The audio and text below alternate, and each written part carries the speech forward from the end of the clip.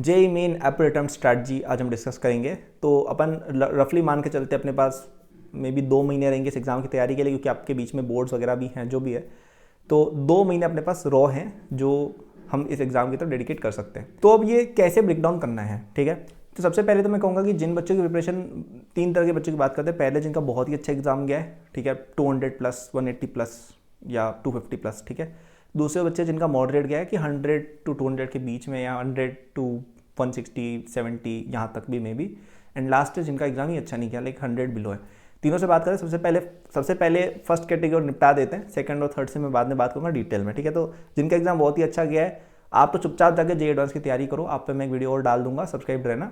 आप JEE advance की तैयारी करो, आप एप्लीकेशन के बारे में सोचो ही मत, ठीक है। क्योंकि आपका जनवरी अटेम्प्ट ऑलरेडी अच्छा गया है और एप्पल अटेम्प्ट आप एनीवे अच्छा कर दोगे, क्योंकि आप एडवांस की तैयारी करोगे, आप इंप्रूव ही होगे, ठीक है। तो don't think about Apple attempt. अब बात करते हैं, मतलब देना जरूर और एग्जाम से 15 दिन पहले पढ़ लेना, लेकिन सोचो मत अभी से उसके बारे में। अब आप एडवांस का सोचो। अब जो बच्चे ऐसे यार जिनकी प्रिपरेशन मीडियोकर है, ठीक है, जिन्होंने लेट से 200 के बिलो है या 180 के बिलो है, या 150 आ रहे हैं, 100 आ रहे हैं, 90 आ रहे हैं, 120 आ रहे हैं, इस तरह के बच्चों की बात कर रहा हूँ।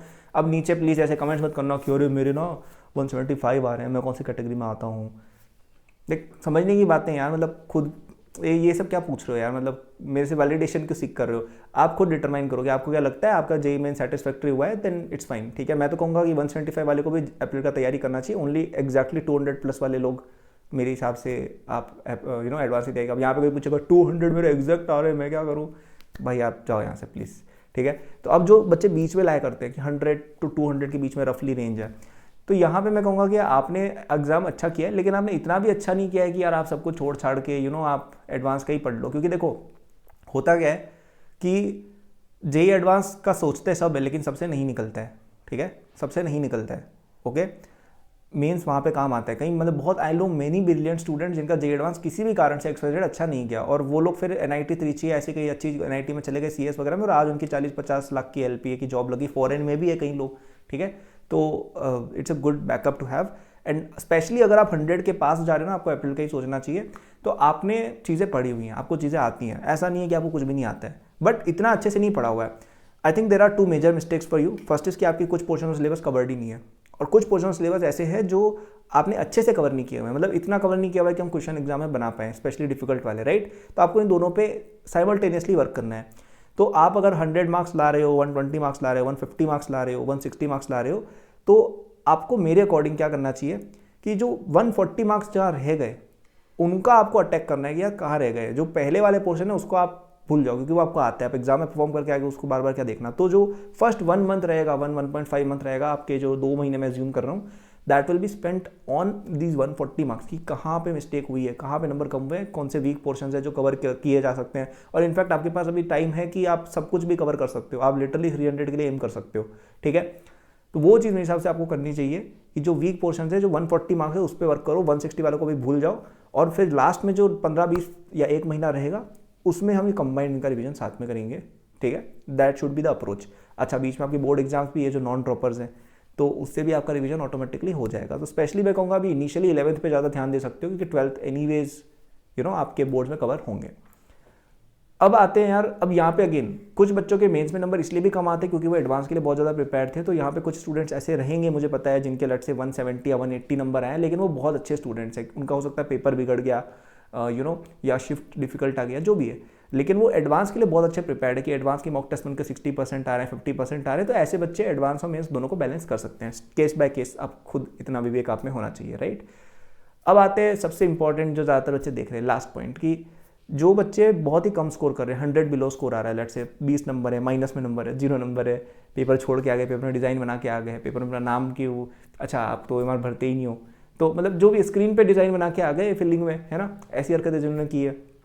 या जैसे जो स्टूडेंट्स ऐसे हैं जिन्होंने लेट से 70 स्कोर किया है, ठीक है, या 50 स्कोर किया है, तो यार मैं कहूँगा कि आपको तो पूरी चीज़ें ही नहीं पता है ऑलमोस्ट। मतलब इवन जिस बच्चे ने 70-80 स्कोर किया है उसने 220 स्कोर नहीं किया है, 220 नंबर छूटे हैं। तो आपको मेरे हिसाब से तो चीज़ें नहीं आती हैं। और जेईई मेन जैसे एग्जाम में 80 नंबर तो यार लाना ईजी होता है, सिंपल क्वेश्चन बहुत होते हैं, ठीक है। तो आपको चीज़ें नहीं आती हैं बेसिकली, तो आप तो एडवांस के बारे में सोचो भी मत, बिल्कुल नहीं सोचना है। आप तो एप्रिल को ही सोचो, क्योंकि आप आईआईटी शायद नहीं जा सकते हो एज ऑफ नाउ। हो सकता है बाद में आप बहुत अच्छा पढ़ लो एप्रिल अटेम्प्ट के लिए, हो सकता है 1 महीना पढ़ के चले जाओ, possibility, but as of now you are not in a position कि आप IIT जा सकते हो। आपको एप्रिल अटेम्प्ट को ही अपना लास्ट ऑप्शन सोचना है और उसके लिए पढ़ना है। एप्रिल अटेम्प्ट अच्छा जाएगा तो बिटसेट, MHCT ये सब अच्छे जाएंगे क्योंकि सिमिलर एग्जाम्स होते हैं, इनफैक्ट वो ईजी होते हैं इससे। तो JEE मेन पर ही ध्यान दो, एप्रिल अटेम्प्ट पर। अब आपको बिल्कुल स्क्रैच से प्रिपरेशन करनी है, बट आपके केस में प्रॉब्लम पता है क्या है? अब इसमें प्रॉब्लम ये है कि मतलब आप 2 महीने में कैसे क्या पढ़ोगे? आप यूट्यूब पे जाओगे, वहाँ पे लोग 15-20 घंटे तक पढ़ाते हैं। आप कोचिंग क्लास में जाओगे, वहाँ पे भी मोर ऑफ अ रिवीजन चलता है। तो it's a bit hard to be honest. तो मैं आपको 2 ऑप्शन दूंगा। पहला तो अगर आप खुद से करो कि आप खुद से आपके पुराने नोट्स लो, 15-15 घंटे डेली की शिफ्ट मारो 12 घंटे की, और उनको पढ़ने की कोशिश करो। पहले वीक चैप्टर से शुरू करो जो ऑलरेडी आते हैं, ऐसे कवरेज करो। You will not be able to cover everything, to be very frank. 50-60% चीज़ें ही कर पाओगे, बट मे बी एक इंप्रूवमेंट आ जाए। दूसरा option which I will be suggesting, जो मैं सबको सजेस्ट करता हूँ, मैं खुद उससे रिजल्ट्स निकाल चुका हूँ, is using my JEE 25 crash course.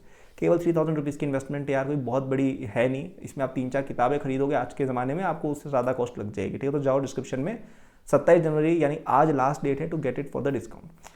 तो इस कोर्स में आप ये जो कोर्स है ना, ये इस तरीके से बनाया कि इसमें हर एक टॉपिक समराइज्ड वे में दिया गया है, तो आपको बहुत ज़्यादा टाइम लगेगा नहीं टॉपिक समझने में। फिर उस पर क्वेश्चन टाइप्स पे सबसे ज़्यादा फोकस किया कि क्वेश्चंस क्या क्या आते हैं इस चैप्टर से। तो लेट्स से एक चैप्टर का हमने कोई एक टॉपिक पकड़ा, जैसे मॉलिक्यूलर ऑर्बिटल थ्योरी पकड़ लिया, ठीक है, तो मैंने वो समझा दिया है कि 15-20 मिनट में मेन ये चीज़ें हैं। क्या हम उसमें बहुत डेप्थ में जा रहे हैं? नहीं, हम उसमें रिसर्च नहीं कर रहे हैं। मैंने आपको समझा दिया कि भाई MOT ये होता है, इसमें ऐसे स्ट्रक्चर जो भी है कॉन्फ़िगरेशन होती है। फिर मैंने उस पर ध्यान दिया कि MOT में क्या 3-4 तरह के क्वेश्चन बनते हैं और उनका सोल्यूशन कैसे निकालें उन्होंने बता दिया है। ठीक है, तो आप समझ रहे हो, आपने MOT को दिया कितना, 1 घंटा, लेकिन आप क्वेश्चन सारे कर पाओगे। ठीक है, तो इस तरह से वो कोर्स बना हुआ है। तो आपका ना बहुत कम टाइम लगेगा और आप जेन्युइनली 2 महीने में कवरेज कर लोगे। ठीक है, it's more like a one shot kind of a thing. ठीक है, लेकिन क्वेश्चन पे सबसे ज़्यादा फोकस उस पर है। काफ़ी यूनिक चीज़ है, थोड़ा पढ़ोगे आपको खुद लगेगा कि हाँ यार इससे हेल्प हो रहा है। पास्ट में थाउजेंड्स ऑफ स्टूडेंट्स इस चीज़ को यूज़ करके रिजल्ट आ चुके हैं। भाई मैं खुद फुल मार्क्स लाया था अपने एग्जाम में, तो आई नो कि कैसे मैं लाया था, and I can help you get closer to that number. Okay, so जाओ डिस्क्रिप्शन में, उसको लो। आई एम गारंटिंग यू, आप उस कोर्स को करो, PYQs करो, NCERT करो, आपका रिजल्ट आएगा ही आएगा। एंड इनफैक्ट जो बच्चे मीडियोकर कैटेगरी में है ना, मिडिल कैटेगरी में, उनको भी बहुत हेल्प होगी इससे, क्योंकि आपके लेट से 150 मार्क्स आ रहे हैं, तो 150 मार्क्स कहीं नहीं भी है ना, तो you need some revision, you need some backlog coverage, जो उसमें हो जाएगा। ठीक है, और डेप्थ में पढ़ना है, एडवांस का content and all is also there in that. सब कुछ है, एडवांस की DPPs, एडवांस के टेस्ट पेपर, मेंस के test paper, everything is included. मतलब आप सिंगुलर चीज़ पर डिपेंड कर सकते हो। ठीक है, so that was the video. Thank for watching, like subscribe कर दीजिएगा। लास्ट डेट है आज उस कोर्स को 3000 में लेने की, डिस्क्रिप्शन से जाकर ले लीजिएगा। एंड मैंने तीनों बच्चों को बता दिया है कि फर्स्ट जिनकी प्रिपरेशन बहुत अच्छी है, एडवांस पे ध्यान दो। जिनका प्रिपरेशन या जिनका एग्जाम मीडियोकर गया है, आप लोग अगर हायर एंड पर हो स्कोर के 180-190 पर हो तो एडवांस का सोच सकते हो थोड़ा थोड़ा, लेकिन अगर आप 130 पर हो तो मत सोचो एडवांस का, अप्रैल पर ध्यान दे दो। And last category of students जिनका लेट्स से प्रिपरेशन बिल्कुल ही नहीं है, आप तो भाई अप्रैल पे पूरा ध्यान दो, वीक टॉपिक्स पहले कवर करो, जितना हो पाए उतना कोशिश करो। ठीक है, so that was the video, thank you for watching, good luck.